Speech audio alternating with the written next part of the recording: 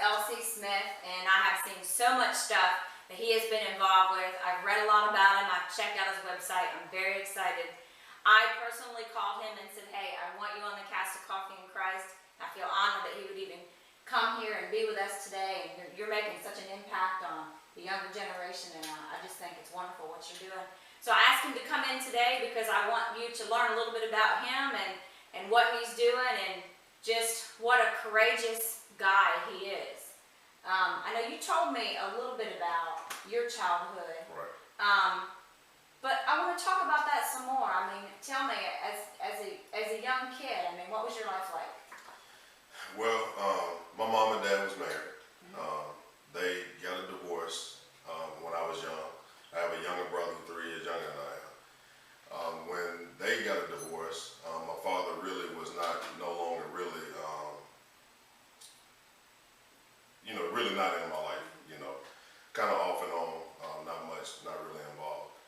And my mom ended up developing a mental illness. Wow. She's a paranoid schizophrenic, and life was, when I tell my story, it sounds bad when I really tell it. That's why I guess I'm a little hesitant, because I don't tell my story often. I think your story is a phenomenal story. I don't think it sounds bad at all. Well, someone hearing it, it probably comes off like, that was pretty bad, whatever. But I don't feel like that, and that's a blessing. For me to go through the trial and tribulation I did as a child and coming up, through adulthood, I don't feel like that. I don't really feel the pain of really not having a mom and dealing with. Right. I see what you're saying. Yeah, I feel like when I heard your story, when I say I don't think it was bad, I think it's very inspiring in the sense of the way that you handled yourself. Right. Well, my mom, she developed mental illness. By the time I was in middle school, we saw the signs. She started developing a mental illness. And from that, it kind of started developing a lot more. And we started noticing, and we ended up having to move in with my grandfather because due to that, she kind of lost her job, and no longer could really pay the bills and things like that. So we moved in with my grandfather. Right. And he became a big influence in my life. We moved in with him, and from that, she really got worse. And it got to the point, and just to give you an idea of how she was, she would talk to herself continuously. If you walked in her bedroom had holes all in the wall. She would draw on the wall. She wouldn't bathe. She really had, like she had dreadlocks. Yeah. She wouldn't bathe. She wouldn't groom herself. She wouldn't take care of herself. And this went on for years. And she would walk up and down the yard all day, just talking to herself and yelling and cussing and things like that. And did they give her medicine? I mean, did they try to medicate her? We made an attempt to get her help. And the thing about the way the mental health system works is that if she's not doing anything to harm anyone, they won't come out and get her, basically. Okay. And if she's not willing to get help, it's hard to, get somebody on medication who don't think anything is wrong with her. Well, how would you have felt about, I mean, just from knowing you the short time that I did, I get the impression that you wouldn't have wanted your mom to be put in a home. You would have wanted her to be there where you knew she was taken care of. And you're right, but things had got so bad that we felt like, and I now remember, I was a kid. Yeah. I mean, you're talking about I was 13 years old, 13, 14 years old, trying to process this and try to make decisions on what it is I felt was better, because at the time, most of the people that was in our lives, in my opinion, a lot of people don't take mental illness seriously. And I want to say, I'm going to say it, but like in the black community, I feel like that we don't take mental illness seriously. It's kind of like this thing that, like they would tell my mom, well, she just need to get out more. She need to, relocate. And here I am as a child saying, no, it's something wrong with her. She really has something wrong with her. So it was at a point that I was okay with that, whatever it took for her to get better. We eventually did get some social workers to start coming out. And we started medicating her without her knowing that she was being medicated. Yeah. They gave her some medicine, and the only thing she would do was drink the little Pepsis. And I would get up there in the morning, and I would crush the pills. Yeah. And they didn't dissolve. serious job because one pill, if you don't get the second pill, it causes side effects. So I would have to try to rotate and figure out which one was she drinking, but you could tell the difference in her. She started calming down some, and so we did that for a while. I know I'm probably skipping over a lot of things, but we did that for a while. But she eventually did get better, and the reason she got better was because I actually went out of town. I was in a program called Upper Bound, and I was out of town with Upper Bound. I think that's the trip I went to DC to represent Upper Bound in my high school from A&M. And my grandfather was kind of in charge of giving her the medicine. Well, the day I came back, I worked at Popeyes, and I'm sitting there on the couch, getting ready to go to work, and my mom come walking up the hall, quiet, which is surprising, because she's never quiet. So it kind of caught me off guard, so I'm looking like, I hope she's not about to do something to me. So she come walking up, and she sat down, I'm sitting over here, sitting here, and she's sitting over here. So now I'm looking like, okay, what's about that? And she just said, LaCurtis, take me to the doctor. I didn't know. That's all I've been waiting to hear. Got on the phone, called the job. My grandfather was next door, so I called him and I said, look, I don't know what's going on. Mom just asked me to take her to the doctor. So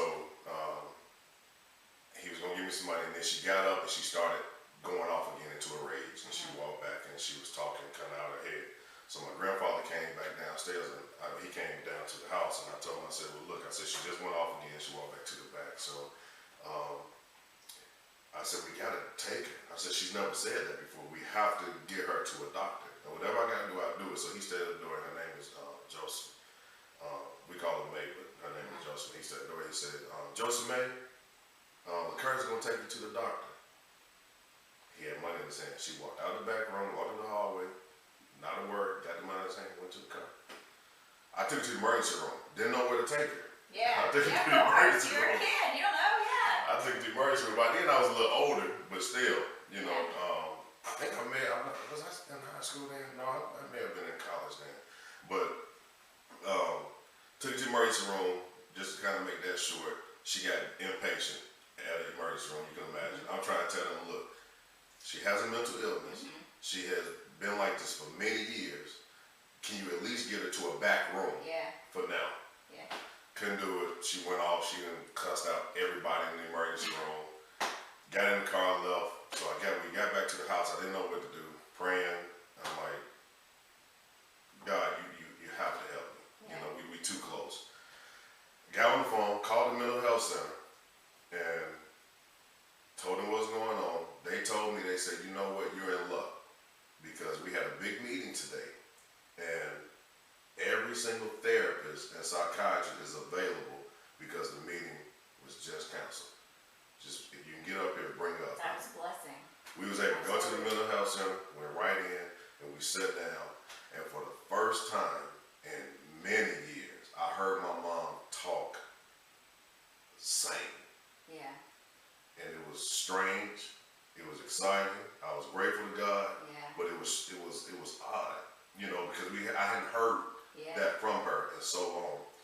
And we found out that she started describing the pains in her bones and things like that. So what happened was that my grandfather didn't give her, she didn't drink the pill that took care of the side effects, which was a blessing, you know. So that was all good. So, but after that, she started doing better. But they gave you the name at that point. You knew then what she was suffering from. I knew that's why she wanted help. And they had told her, they said, if you don't get her this side effect medicine, you know, they told her when we first started, she will let you know. You know, and if I had known that, I would have not given it to her the first time. Right, exactly. I'll let you be in some serious pain so you can, you know, get some.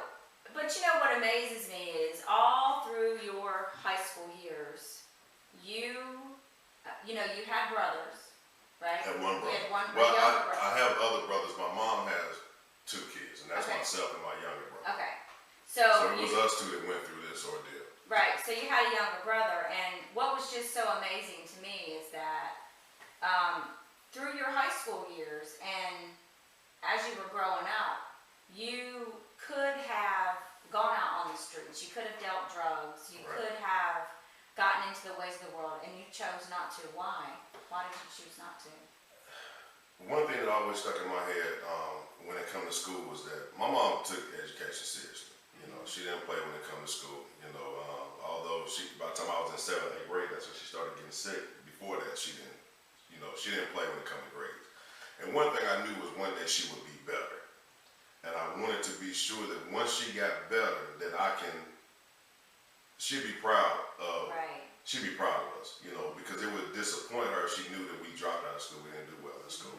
And I also had a younger brother, you know, and I took on the responsibility to be sure that my brother was okay, you know. So I knew that if I go off straight, if I go too far off, he's going to be right there behind me. Because you're setting the example. Right, and I knew that, you know, and that's one thing I would tell him, you know, he would, you know, mess up in school, and I would tell him, hey, look, Mom's gonna get better one day. She's not gonna be like this forever. Right. You know, I always believed and knew in my heart that she would be better. Right. You know? Right. And that was the thing that really motivated me more than anything. You know, that was, and you know, I kind of always been that type of person who always. Yeah. I looked at my yearbook not too long ago, and I was tripping off of my messages because a lot of things that people wrote was like, I don't have to worry about you trying to make me go to class. You know, things like that. And it was just funny because as I was reading the things, it's like, man, I was trying to motivate people in high school and I didn't even realize That's it, you know. awesome. But when I look at my messages, you know, it was things like that that people would say kind of jokingly, you know. Yeah. So. That's awesome.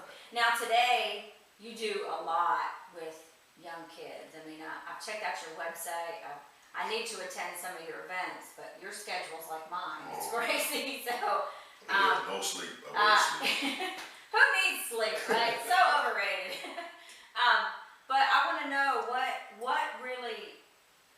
got you into starting. Tell us about the name of your organization, what it's about, and what got you started on this. The name of the organization is Our Fathers Matter. Real Fathers Making a Difference. It's a program that really bring awareness to the importance of fatherhood. But the main element, to my program is to mentor, is to mentor boys with absentee fathers, you know, or, you know, positive male role models. The organization came about, I was starting to write a book about the importance of fatherhood. And as I began writing my book, and the thoughts I was thinking to myself, I said, well, why don't I actually do something about it? Had no plans on starting a youth program or starting an organization, never was in my plans. And I was like, well, why don't I start this program? And it just came to me. It came to my spirit, Our Fathers Matter. And that's exactly how I thought about it. People ask me, how did you think about it? Like, God just gave it to me. Yeah. You know, and I was like, real fathers making a difference. And I'm a type of person, I get excited about myself. I'm like, oh, man. And that's how God rolls, man. Yeah. That's how it rolls. I kept looking, I was like, man, that is off the chain. You Yeah. know, and I was like, man, that's awesome, you know. So the program developed, and the goal was to go out, speak to teenagers and speak to like college students about the importance of fatherhood, to plant that seed, because we don't get that conversation. You know, no one has ever come to me and expressed to me the importance of being a father. Even when I found out I had a child coming, you know, nobody ever said, you know, you need to be involved with, make sure you're involved, you know, make sure you try to live this life and make sure you provide and make sure you do these things. I never had a conversation from anyone about those things. So my thing is that one of the reasons why we may have the problem with guys not stepping up is because they never even heard the conversation before. You know, they never been convicted. Right, no one's had that talk with them. It's kind of like the birds and the bees talk. Right, you have exactly. to have that You talk have to with your have it. children too. Right. And go to an elder and find out how you should have that conversation on a Christian level. Whatever. We all know who he is, so it's whatever, right? Doesn't matter. I don't think I looked at the camera. But yeah, but you know, it's really good that you. Yeah, I agree with that. Yeah. You should have that conversation. But I think that, you know, fathers set the pace for their sons. So when you have a child coming, you know, just like a mother sitting down with a daughter saying, you know, as a wife, this is your responsibility, or as a mother, this is what you have to do. You know, fathers have to do the same thing for their sons. Right. And they have to say, you know, this is what it takes to be a good dad. Mhm. And you need to be mindful. I tell my daughter all the time, you need to be mindful of everything that you do because you are setting the example and he's watching you. Right. He's watching everything that you do. Right. And I mean, that's how the program started, you know, but something else took over the program, and that's the youth program. Had no intentions of doing that. I had someone come to me, was referred by a friend just because of who I am and how I am. Her son came to her and said, I need a positive male role model. You know, I just need somebody. That's why I keep getting into all this trouble. You know? And she felt the need to do something. She confided in a coworker. She said, I know somebody who you can call. And not about my organization, you know, had nothing to do with my program. And she called me and I talked to her. I said, you know what we'll do? I have an organization. I don't have a youth program, but if you're willing to trust me, I'll start a youth program, a one-on-one program, and I'll build it around your son. That's awesome. And that's how my youth program came about. Wasn't even planning on having one. And it just jumped from that, and I went from having a one-on-one. I had one guy in my program, and how serious I take things. I ordered my Our Father's Mass shirts, and I had one guy in my program. We was in the Christmas parade. I had over 50 people in the parade with us. It was just myself and Jawan. He's the guy he's still with me. He was in the 8th grade, now he's a junior in high school. That's awesome. And it was just us two that was in the program. But I got 50 people in the parade. We look like a full-fledged functioning organization. That's awesome. You know? And I took a lot of kids who I deal with, like my nephews and my cousins and some boys at church, and dressed them up in Our Father's Mass shirts, and we went on a field trip to Birmingham. You know, we went to the Vulcan and we went to the Civil Rights Museum, you know. That's awesome. Taking pictures, and but from that, that's how my youth program developed. And now I have a hard time getting guys to help mentor, so I started doing group mentoring, and we actually have a session today. And I started doing group mentoring. I got about 20 boys that I mentor, and I deal with pretty much these guys on my own, you know. Is that where you're going when you leave here? When I leave here, I have an evaluation at 12. Right now, we're going through the evaluations. We're in the middle of our session. We operate with the school system. Yeah. So in the summertime, we have evaluations, and this is what we say, you know, how you've grown and how you've not grown, and That's you know, whether to awesome. continue or not to continue. I get feedback from the parents about the program. And so far, the survey's been great. I mean, That's and I fabulous. want honest feedback. You know, if you see something wrong, I want you to be honest. And my parents, my moms, they are honest. I think they would be honest. But so far, getting great reviews, you know. And to me, it says a lot when you have somebody like me who just started this program pretty much operating solo as most aspects. You know, I do have some great volunteers. I have great tutors. I couldn't do this without the support and the financial support. Right. But as far as the mentoring with the guys, you know, I'm handling that pretty much myself, you know, so I'm available for these guys 24/7, whatever they need. While I was on the way out here, I got a few phone calls and messages, you know, want to get dropped off at the house and whatever, you know, so. That's fabulous. I'm going to give you all the information on how you can check out his site. If you want to get involved, check it out. Maybe you have a son or a nephew or cousin that you want to introduce to him. That would be great. I'll give you all that information. Now, for a little bit of fun stuff in the program, I want to do a little bit of fun at the end. Everybody has seen your serious side and your business side, so now we have some good questions for you. Some really fun questions. She used me as a guinea pig. What is one thing that people will immediately learn about you? One thing people is that I have a passion for what it is that I do. It's pretty clear. I really have a heart and passion to make a difference. People know that I'm a family man. You know, people know that I love my family. I love my sons. I love my wife. And normally, whenever you talk to me, those things will come out in what I do in my program. So people off the top, they'll know that I'm passionate about what it is that I do. Okay, if you could invite any one person, dead or alive, to your house for dinner, who would it be?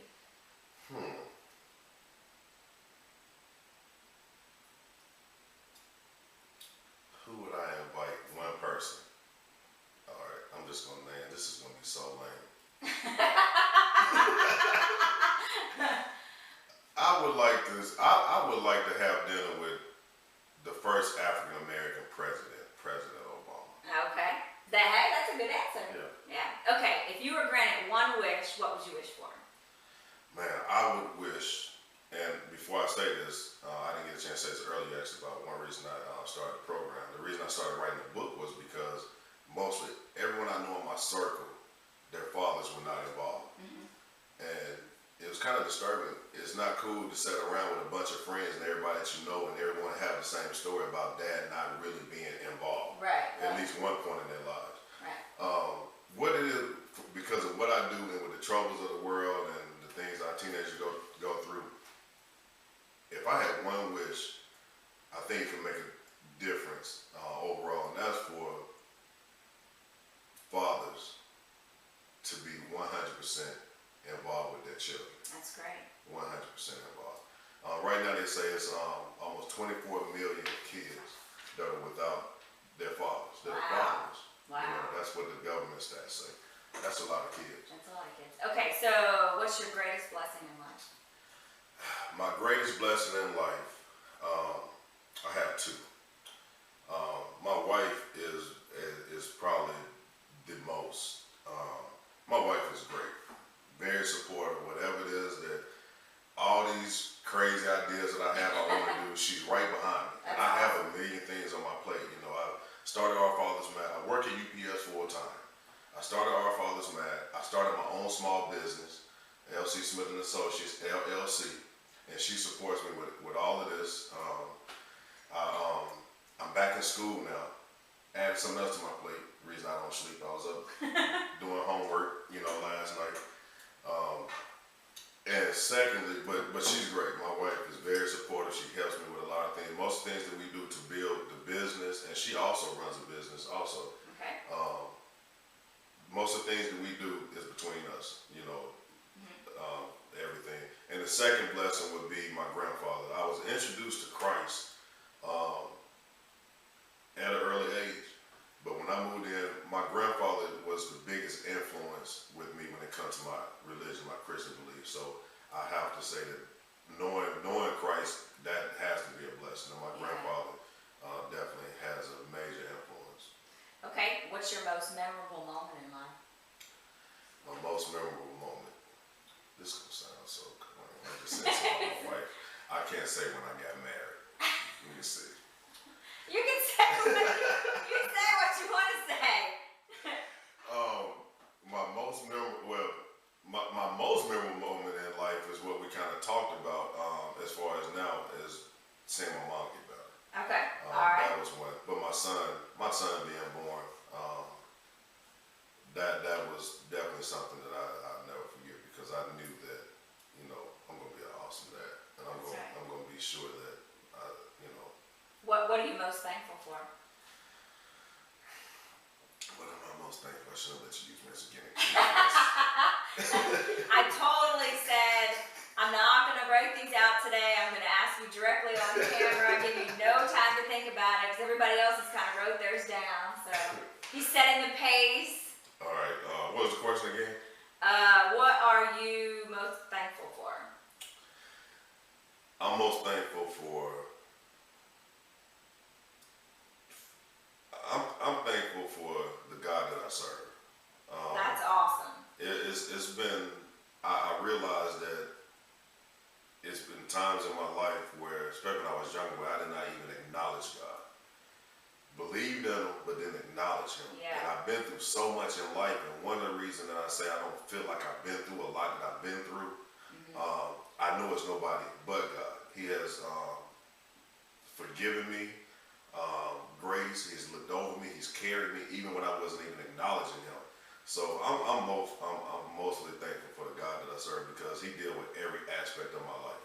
So even when I don't get up in the morning and pray, and I know that I should have, and I do it then, He still sees me. He still looks out for me. So Okay, so if you wrote a book about your life, what would you name it? I can't tell you that. Somebody take my time. I'm already in the process of writing books. I can't tell you that. Okay, he's not going to give us a You're trying to steal my ideas now. All right, what is your greatest strength? My greatest strength. Yeah. What is my greatest strength? I have a few great strengths. One, I think my of sincerity. That's a solid strength. You know what you get. I'm 100% real. I'm not gonna put on the front. Like I said, I'm not a phony, I'm not a fake. I think that's a strength because when you're dealing with people, if you like me, you deal with a lot of people, you realize things about people as far as not genuine, not truthful. And it makes it hard to really deal with people based on that. From that point on. And I think that people, I think that's one of my greatest. Just like to keep it real. Yeah. You gotta keep it real. Yeah, and I mean it's important when you're dealing with these young people. That's a strength because they know that they can trust me. They know they can trust me, and I have people for some reason tell me all their secrets. So a lot of times I forget them because I don't tell them, and I have people tell me one thing about Kurt. He's not gonna say anything. So I think the honesty. I think that's one of my greatest strengths, and that's something that I don't hear often, but I think it's a strength. Okay, 2 more questions. If you could choose to have one superpower, what would it be? Man, I know what it would be. Dealing with these young people who I deal with and really try to make an impact and make a change in their lives. If I had a superpower, it would to see inside their minds, to be able to, like talking to you, to see what it is that you really think. What I'm thinking. And how you really see things. And I don't care about the irrelevant stuff. I don't want that. I just want, if I'm dealing with a young man who's fatherless and he have major issues and he can't get them out, he don't know how to discuss it. If I could, because that's my goal, is to get it out of you. I don't have to work so hard. If I got the power, I know what's happening and I can deal with it. Okay. So that would be my superpower. Okay, my last question before we close the show. If you could be any color in a box of crayons, what color would you be? I would be is maroon in the box of crayons? Yeah, it's the whole box. Any color. Yeah, I like maroon 5. Okay. We'll go with maroon. All right. If my color is in the box of crayons, I'll stick with my color. I want to thank y'all for tuning in, and I hope you enjoyed this introduction with LC. I'll give you all the contact information so you can get in touch with him and check out his website. And we'll be seeing you again here on Coffee and Christ.